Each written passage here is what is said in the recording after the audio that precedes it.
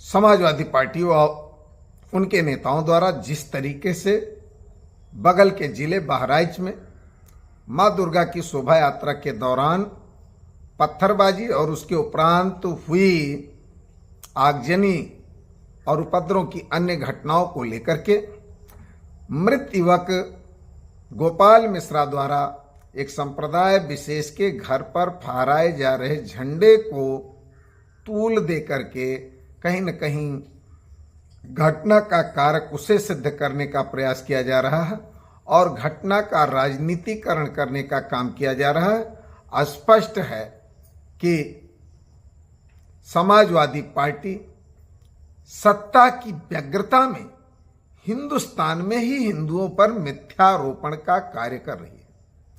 किसी भी घटना के उपद्रवी किसी धर्म विशेष के हितैषी नहीं होते, वो हमारे समाज के विघटनकारी होते हैं। लेकिन समाजवादी पार्टी द्वारा दिखाया जा रहा वह वीडियो और उस वीडियो के आधार पर सत्ता या प्रशासन को घेरने का प्रयास, ऐसा लगता है जैसे वह युवक अनायास ही उस घर पर चढ़ा और झंडा बदल करके भगवा ध्वज फहराने लगा।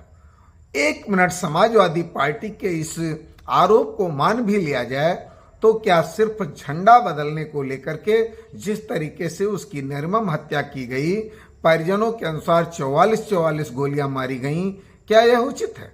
और अगर झंडा फहराने पर किसी युवक की इस तरीके की निर्मम हत्या की जाती है तो फिर हिंदू पंडालों में, चाहे वो दुर्गा पंडाल हो, गणेश पंडाल हो या उनके मंदिरों में जाकर के किसी भी प्रकार का उत्पात मचाना या मूर्तियों को खंडित करना फिर किस सजा के दायरे में आएगा?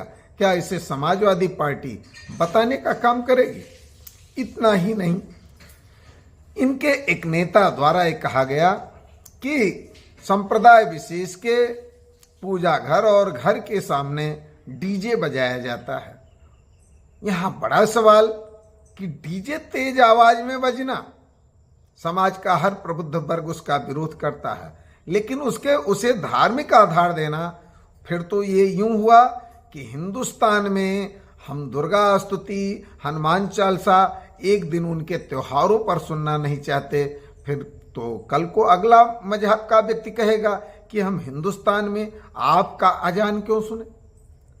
ये कुतर्क है, ये समाज में विष घोलने वाला है। सत्ता प्राप्ति हेतु इनके किए जा रहे, दिए जा रहे ऐसे राजनीतिक विश्लेषण को, ऐसे समाज में विष घोलने वाले बयान को हिंदू जनमानस ही नहीं, देश के सभी धर्मों के लोग समझ रहे हैं और वो मन ही मन संकल्पित हो रहे हैं कि हम जिस तरीके से कांग्रेस मुक्त भारत के क्रम में कांग्रेस को देश में विलुप्त करने का काम किए हैं, निश्चित तौर पर हिंदुओं पर मिथ्यारोपण करने वाले, समाज में विष घोलने वाले समाजवादी पार्टी को भी समय में हम सपा मुक्त प्रदेश बनाते हुए प्रदेश से विलुप्त करने का काम करेंगे।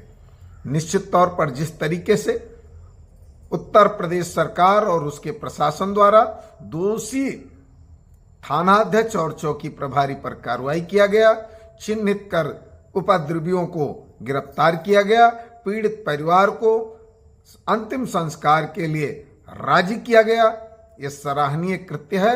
इसमें किसी को भी राजनीति नहीं करना चाहिए, अपितु समाज में भाईचारा बनाए रखना चाहिए। हमारे हिंदू समाज के तमाम लोग न सिर्फ नवरात्रि में मां दुर्गा को चुनरी चढ़ाते हैं, अपितु जाके वो मजारों पर चादर भी चढ़ाने का काम करते हैं। और हमारे मुस्लिम समुदाय के भी कुछ लोग हिंदू त्योहारों में बढ़ चढ़ करके भाग लेने का काम करते हैं।